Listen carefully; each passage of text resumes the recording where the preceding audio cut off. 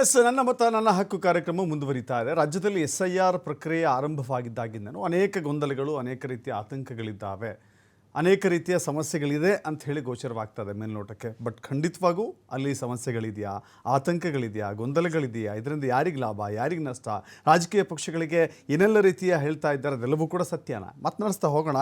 ನಮ್ಮ ಸ್ಟುಡಿಯೋದಲ್ಲಿ ಇದೀಗ ಕೇಂದ್ರ ಪಾಲಿಕೆಯ ಆಯುಕ್ತರಾಗಿರುವಂಥ ಜಗದೀಶ್ ಅವರು ನಮ್ಮನ್ನು ಚೆನ್ನಾಗಿದ್ದಾರೆ. ಸರ್ ನಮಸ್ಕಾರ, ಕಾರ್ಯಕ್ರಮಕ್ಕೆ ಸ್ವಾಗತ. SIR ಅಂತ ಹೇಳಿದ್ರೆ ಮೊಟ್ಟ ಮೊದಲಿಗೆ ಪ್ರಶ್ನೆ ಅಂದರೆ SIR ಅಂದರೆ ಏನು, ಅವಶ್ಯಕತೆ ಏನಿತ್ತು ಅಂತ.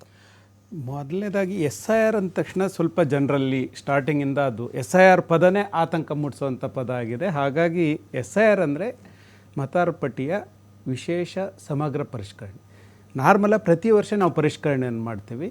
ಪ್ರತಿ ವರ್ಷ ಒಂದು ಎಲಿಜಿಬಿಲಿಟಿ ಡೇಟ್ ತಗೋತೀವಿ, ಅದನ್ನು ಅನೌನ್ಸ್ ಮಾಡ್ತೀವಿ, ಫಾರ್ಮನ್ನು ತಗೋತೀವಿ, ಫಾರ್ಮ್ 6, 7, 8, 8A ತಗೋತೀವಿ, ಅಪ್ಡೇಟ್ ಮಾಡ್ತೀವಿ, ಇರೋ ಮತದಾರ ಪಟ್ಟಿಗೆ ಅಪ್ಡೇಟ್ ಮಾಡ್ತೀವಿ. ಆದರೆ ವಿಶೇಷ ಪರಿಷ್ಕರಣೆಯಲ್ಲಿ ಏನು ಮಾಡ್ತೀವಿ, ಮತದಾರ ಪಟ್ಟಿ ಹೊಸದಾಗಿ ತಯಾರು ಮಾಡ್ತೀವಿ ಅಷ್ಟೇ. ಈಗ ನಾವು 25ರಲ್ಲಿ ಏನು ಮತದಾರ ಪಟ್ಟಿಯಲ್ಲಿದ್ದಾರೆ ಅವರೆಲ್ಲರಿಗೂ ಸಹ ನಾವು ಫಾರ್ಮ್ ಕೊಡ್ತೀವಿ, ಫಿಲ್ ಮಾಡಿಸ್ಕೊತೀವಿ.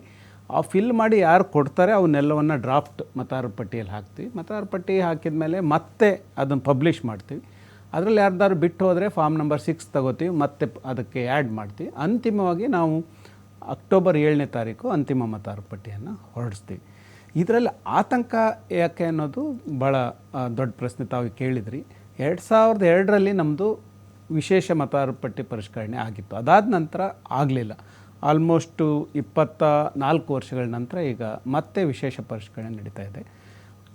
ಕೇಂದ್ರ ಚುನಾವಣಾ ಆಯೋಗ ಯಾವಾಗ ಮತದಾರ ಪಟ್ಟಿಯಲ್ಲಿ ನ್ಯೂನ್ಯತೆಗಳು ಹೆಚ್ಚಿವೆ ಅಂತ ಗೊತ್ತಾಗುತ್ತೋ ಆವಾಗ ಮತ್ತೆ ಪರಿಷ್ಕರಣೆಯನ್ನು ತೆಗೆದುಕೊಳ್ಳುತ್ತೆ. ಹಾಗಾಗಿ ಪರಿಷ್ಕರಣೆಯನ್ನು ತೆಗೆದುಕೊಳ್ಳುವಂಥ ಸಂದರ್ಭದಲ್ಲಿ ಅದು ದೊಡ್ಡ ಕೆಲಸ, ಯಾಕೆಂದರೆ ಹೊಸದಾಗೆ ಮತದಾರ ಪಟ್ಟಿ ಮಾಡೋದ್ರಿಂದ ಇದು ದೊಡ್ಡ ಕೆಲಸ. ಹಾಗಾಗಿ SIR ಪ್ರಕ್ರಿಯೆಯನ್ನು ಸುಮಾರು 4 ತಿಂಗಳ ಕಾಲ ನಾವು ಮಾಡ್ತಾಯಿದ್ದೀವಿ. ಈಗ ನೀವು ನೋಡ್ಬೋದು, ಕಳೆದ ತಿಂಗಳ 30ನೇ ತಾರೀಕಿಂದ ಸ್ಟಾರ್ಟ್ ಮಾಡಿದ್ದೀವಿ SIR ಪ್ರಕ್ರಿಯೆಯನ್ನು. ಅಲ್ಲಿ ನಾವು ಏನು ಮಾಡ್ತಾಯಿದ್ದೀವಿ ಅಂತಂದರೆ, ಈ 25ರಲ್ಲಿ ಮತದಾರ ಪಟ್ಟಿಯಲ್ಲಿ ಯಾರ್ದೆಲ್ಲ ಹೆಸರಿತ್ತೋ ಅವರಿಗೆ ನಾವು ಎನ್ಯುಮರೇಷನ್ ಫಾರ್ಮನ್ನು ಕೊಡ್ತಾಯಿದ್ವಿ. ಈ ಮನೆಗೆ ಹೋಗಿ ಫಾರ್ಮನ್ನು ಕೊಡ್ತಾಯಿದ್ವಿ. ಈಗ ನಮ್ಮ ಜಿಲ್ಲೆಯಲ್ಲಿ ಸುಮಾರು ಇವತ್ತಿಗೆ 70% ಮತದಾರರಿಗೆ ಮನೆಗೆ ಫಾರ್ಮ್ ಕೊಟ್ಟಿದ್ದೀವಿ. ಇನ್ನು ಕೆಲವರಿಗೆ ಕೊಡೋಕ್ಕಾಗಿಲ್ಲ, ಯಾಕೆಂದರೆ ಅವ್ರು ಶಿಫ್ಟಾಗಿ ಹೋಗಿದ್ದಾರೆ, ಬೇರೆ ಕಡೆ ಶಿಫ್ಟ್ ಹೋಗಿದ್ದಾರೆ. ಉದಾಹರಣೆ ಬೆಂಗಳೂರಂಥ ಮೆಟ್ರೋಗಳಲ್ಲಿ ಜನ ಬರ್ತಾರೆ, ಕೆಲಸ ಮಾಡ್ತಾರೆ, ಸ್ವಲ್ಪ ದಿನ ಇರ್ತಾರೆ, ಹೋಗ್ತಾರೆ, ಬೇರೆ ಮೆಟ್ರೋಗೆ ಹೋಗ್ತಾರೆ, ಇಲ್ಲ ಊರಿಗೆ ಹೋಗ್ತಾರೆ. ಹೀಗಾಗಿರೋದ್ರಿಂದ ಭಾಳಷ್ಟು ಜನ ಶಿಫ್ಟ್ ಆಗಿರೋದು ಕಂಡು ಬರ್ತಾಯಿದೆ. ಒಂದು. ಎರಡನೇದು, ಏನು ಮರಣ ಹೊಂದಿರ್ತಾರೆ ಅವ್ರನ್ನ ಆಗಾಗ ಅಪ್ಡೇಟ್ ಮಾಡಬೇಕಿತ್ತು ನಾವು ಪ್ರತಿ ವರ್ಷ, ಅದು ಸಹ ಆಗಿಲ್ಲ. ಭಾಳಷ್ಟು ಜನ ಮರಣ ಹೊಂದಿದವರು ಇನ್ನೂ ಸಹ ಪಟ್ಟಿಯಲ್ಲಿದ್ದಾರೆ.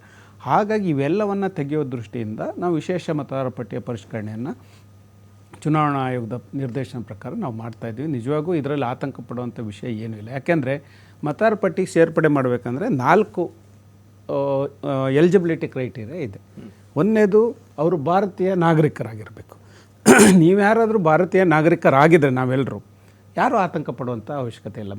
ಯಾರು ಭಾರತೀಯ ನಾಗರಿಕರಾಗಿದ್ದಾರೆ ಅವರಿಗೆ ಮತದಾನದ ಹಕ್ಕನ್ನು ಎಲ್ರಿಗೂ ಕೊಡಬೇಕು. ಅವರು ಎಲಿಜಿಬಲ್. ಯಾರಿಗೆ 18 ವರ್ಷ ಆಗಿದೆ, ನಾವು ಅಕ್ಟೋಬರ್ 1 ಎಲಿಜಿಬಿಲಿಟಿ ಡೇಟ್ ಅಂತ ತೊಗೊಂಡಿದ್ದೀವಿ. ಅಕ್ಟೋಬರ್ 1ಕ್ಕೆ ಯಾರಿಗೆ 18 ವರ್ಷ ತುಂಬುತ್ತೆ ಅವ್ರನ್ನೆಲ್ಲರನ್ನೂ ಮತದಾರ ಪಟ್ಟಿಯಲ್ಲಿ ನಾವು ಸೇರ್ಪಡೆ ಮಾಡ್ತೀವಿ. ಇನ್ನು ಸ್ಥಳೀಯ ನಿವಾಸಿ ಆಗಿರಬೇಕು ಅಂತ. ಉದಾಹರಣೆಗೆ ನಾನು ಇಲ್ಲಿ ವಾಸ ಇದ್ದೇನೆ, ನಾನು ಸ್ಥಳೀಯ ನಿವಾಸಿ, ಈಗ ನಾನು ಇಲ್ಲಿ ಅರ್ಜಿ ಕೊಡ್ಬೋದು. ಇನ್ನು ಬೇರೆ ಊರಿನಲ್ಲಿರೋರು ಅಲ್ಲಲ್ಲೇ ಕೊಡ್ಬೋದು, ಬೇರೆ ಸ್ಟೇಟಲ್ಲಿರೋರು ಅಲ್ಲಲ್ಲೇ ಕೊಡ್ಬೋದು. ಅದು ಬಿಟ್ಟು ಬೇರೆ ಸ್ಟೇಟಲ್ಲಿ ಇಲ್ಲಿ ಬಂದು ಇದ್ಕೊಂಡು ಅವರು ನಂದು ಅಲ್ಲಿ ಮತದಾರ ಪಟ್ಟಿಯಲ್ಲಿ ಉದಾಹರಣೆಗೆ ಚೆನ್ನೈಯಲ್ಲಿರಬೇಕು, ಡೆಲ್ಲಿಯಲ್ಲಿರಬೇಕು, ಬೇರೆ ರಾಜ್ಯದಲ್ಲಿ ಇರಬೇಕು, ನಮ್ಮ ಊರಿನಲ್ಲಿರಬೇಕು, ಇಲ್ಲೂ ಇರಬೇಕು ಅಂತಂದರೆ ಅದು ತಪ್ಪಾಗುತ್ತೆ. ಹಾಗಾಗಿ ಸ್ಥಳೀಯ ನಿವಾಸಿ ಆಗಿದ್ದರೆ ಇಲ್ಲೇ ಇದ್ದರೆ ಯಾವುದೇ ರಾಜ್ಯದವರಲ್ಲಿ ಒಂದಕ್ಕಿಂತ ಹೆಚ್ಚು ಮತ ಪಟ್ಟಿಯಲ್ಲಿದ್ದರೆ ಅದು ಡೂಪ್ಲಿಕೇಟ್ ಅಂತ ಕರೆಸ್ಕೊಳ್ಳುತ್ತೆ. ಹೌದು, ಡೂಪ್ಲಿಕೇಟ್ ಅಂತ ಕಲಿಸ್ಕೊಡುತ್ತೆ. ಅದು ಮತ್ತೆ ನಾವು ಮೊಕದ್ದಮೆ ದಾಖಲು, ಇದರಲ್ಲಿ ನಾವು RP ಆ್ಯಕ್ಟ್ ಅದರಲ್ಲಿ ನಾವು ಅವರಿಗೆ ಕ್ರಿಮಿನಲ್ ಮೊಕದ್ದಮೆಯನ್ನು ದಾಖಲು ಮಾಡ್ತೀವಿ. ಅದು ಪನಿಷ್ಮೆಂಟು ಸಹ ಇದೆ. ಹಾಗಾಗಿ ಯಾರೂ ಸಹ 2 ಸ್ಥಳಗಳಲ್ಲಿ ಮಾಡ್ಕೊಳ್ಳಿಕ್ಕಿಲ್ಲ. ಆಮೇಲೆ ದಿವಾಳಿಕೋರರಾಗಿರ್ಬೋದು. ಇವಿಷ್ಟು ಅಂಶಗಳು ಯಾರ್ಯಾರಿಗಿದೆ ಅವರೆಲ್ಲರೂ ಮತದಾರ ಪಟ್ಟಿಯಲ್ಲಿ ಸೇರ್ಪಡೆ ಮಾಡಲಿಕ್ಕೆ ಅವಕಾಶ ಇದೆ. ಹಾಗಾಗಿ ನಾವು ಸ್ಥಳೀಯ ನಿವಾಸಿಯಾಗಿದ್ದು 18 ವರ್ಷ ಆಗಿದ್ದು ಭಾರತೀಯರಾಗಿದ್ದರೆ ಆತಂಕ ಪಡುವಂಥ ಅವಶ್ಯಕತೆ.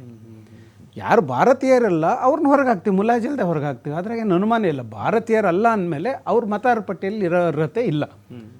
ಅದು ಈ SIR ಉದ್ದೇಶನೂ ಅದೇನೆ. ಯಾರು ಭಾರತೀಯರಲ್ಲ, ಈ ಕ್ರೈಟೀರಿಯಾ ಯಾರಿಗೆ ಹೊಂದೋದಿಲ್ಲ ಅಂಥವ್ರನ್ನ ಹೊರಗಡೆ ಹಾಕುವಂಥ